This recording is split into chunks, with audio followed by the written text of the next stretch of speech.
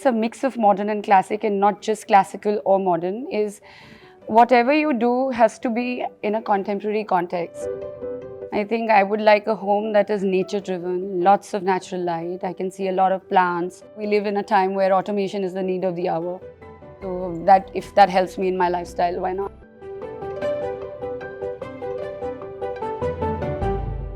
From my personal observation, your work is a mix of classical and modern. How do you define your personal style, and do you think it's evolved over the years, or it's been something that you started with? Well, it definitely starts from the fact that I've always been very inspired by history. And architecture history has been my favorite subjects in my college as well. And I have grown up with watching a lot of period drama. I mean, I used to crave, I remember this website that we used to download movies and all the British classics, the BBC classics, and I would just escape into those classics for hours. So I think that has largely influenced a lot of my work, what it is right now.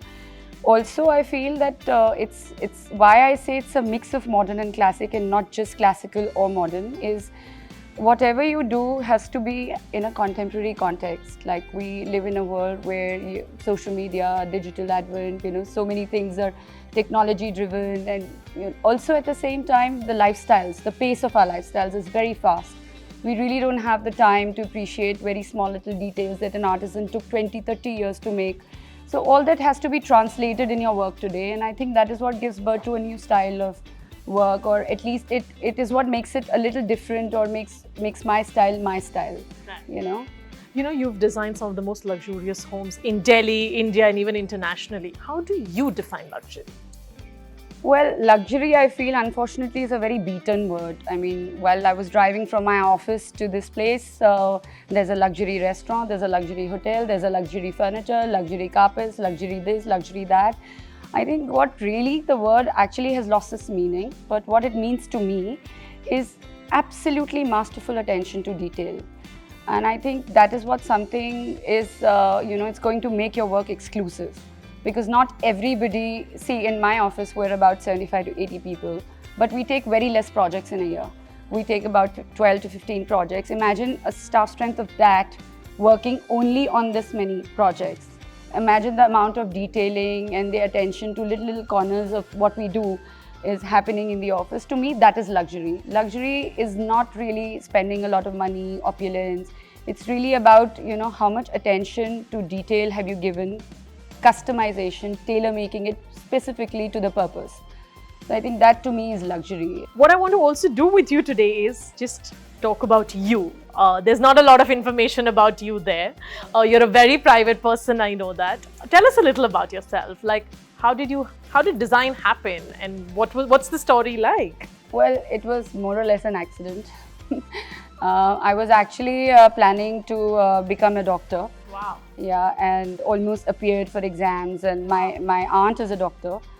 And I still remember that, after your 12 standards, you have to actually prepare for entrance exams. Right. So you have to take a leave of absence, or you have to just apply for a temporary college.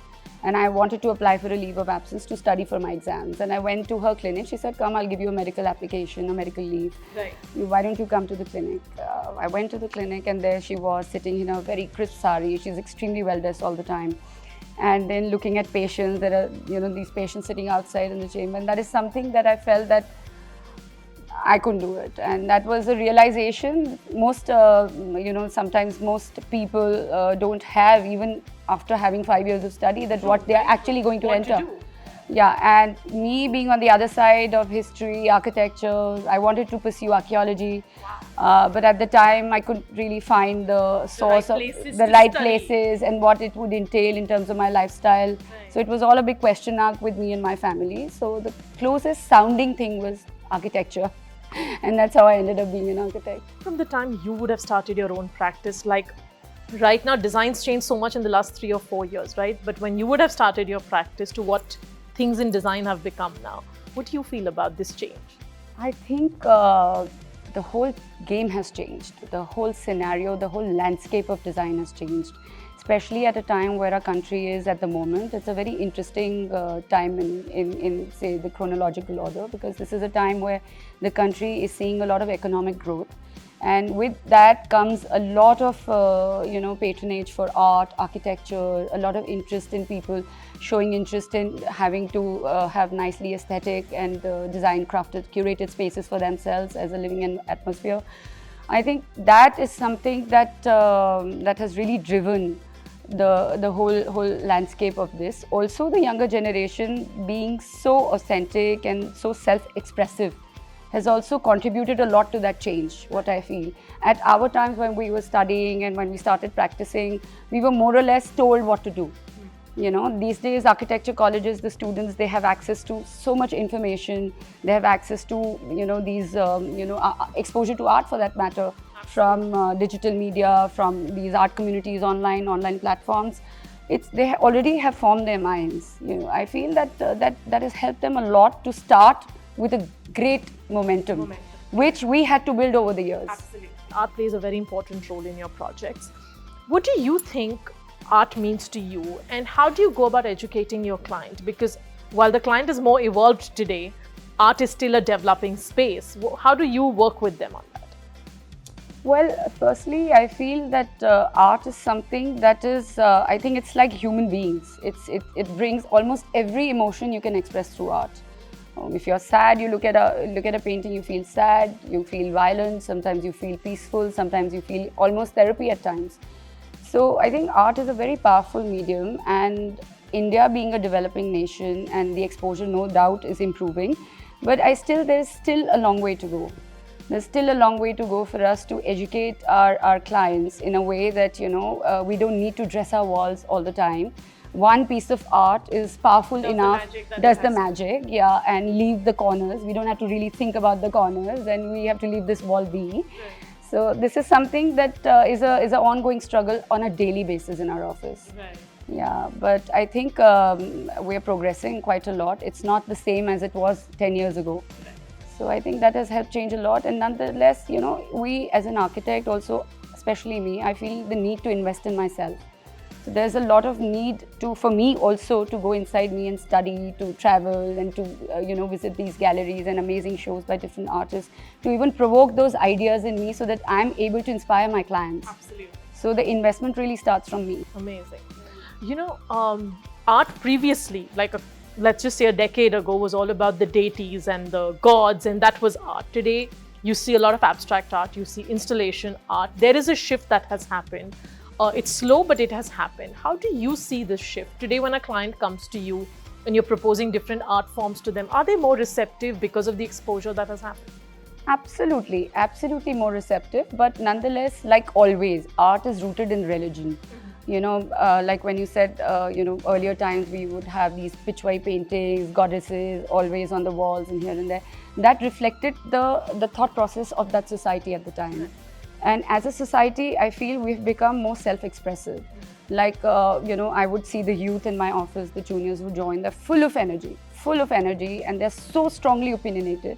It's difficult sometimes to, get past that wall. Yeah. So that is in itself, a symbol of what we are going to head.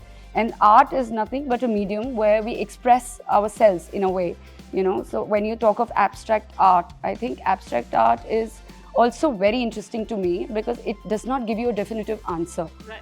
There's always the allure of the unknown. The unknown, exactly. Right.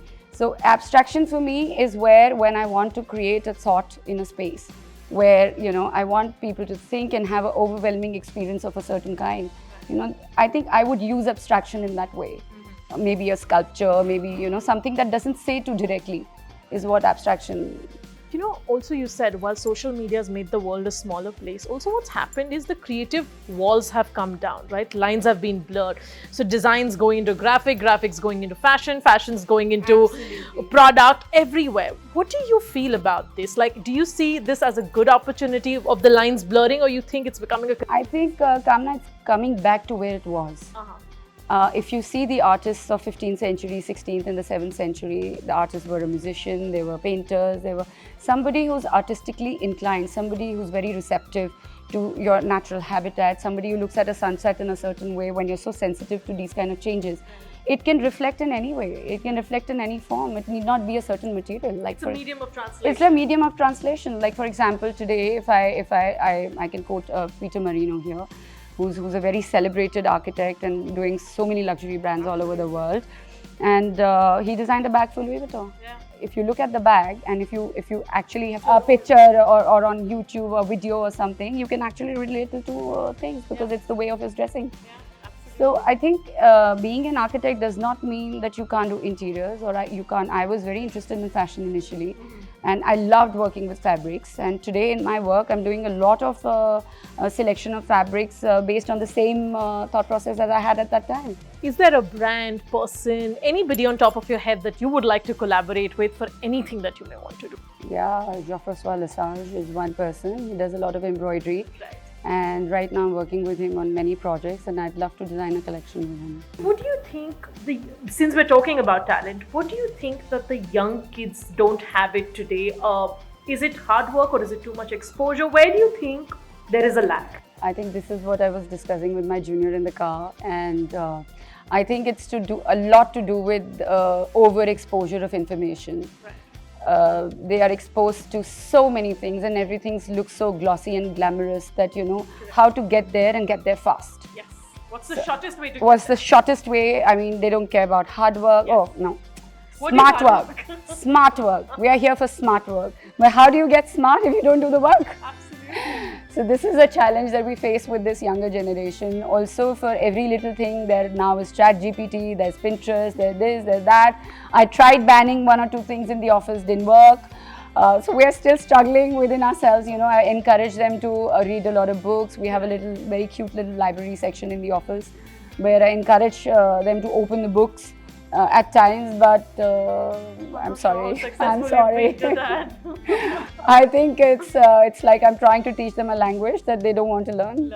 You work very actively with Hands as a brand. If you have to give me one word or one sentence for the brand, ideally a word, what would that be? Oh, ideally a word. I think elegance. Super. Thank you, Aparna, for being a part of this conversation. As always, I've had a pleasure chatting with you. Thank you so much. Thank you.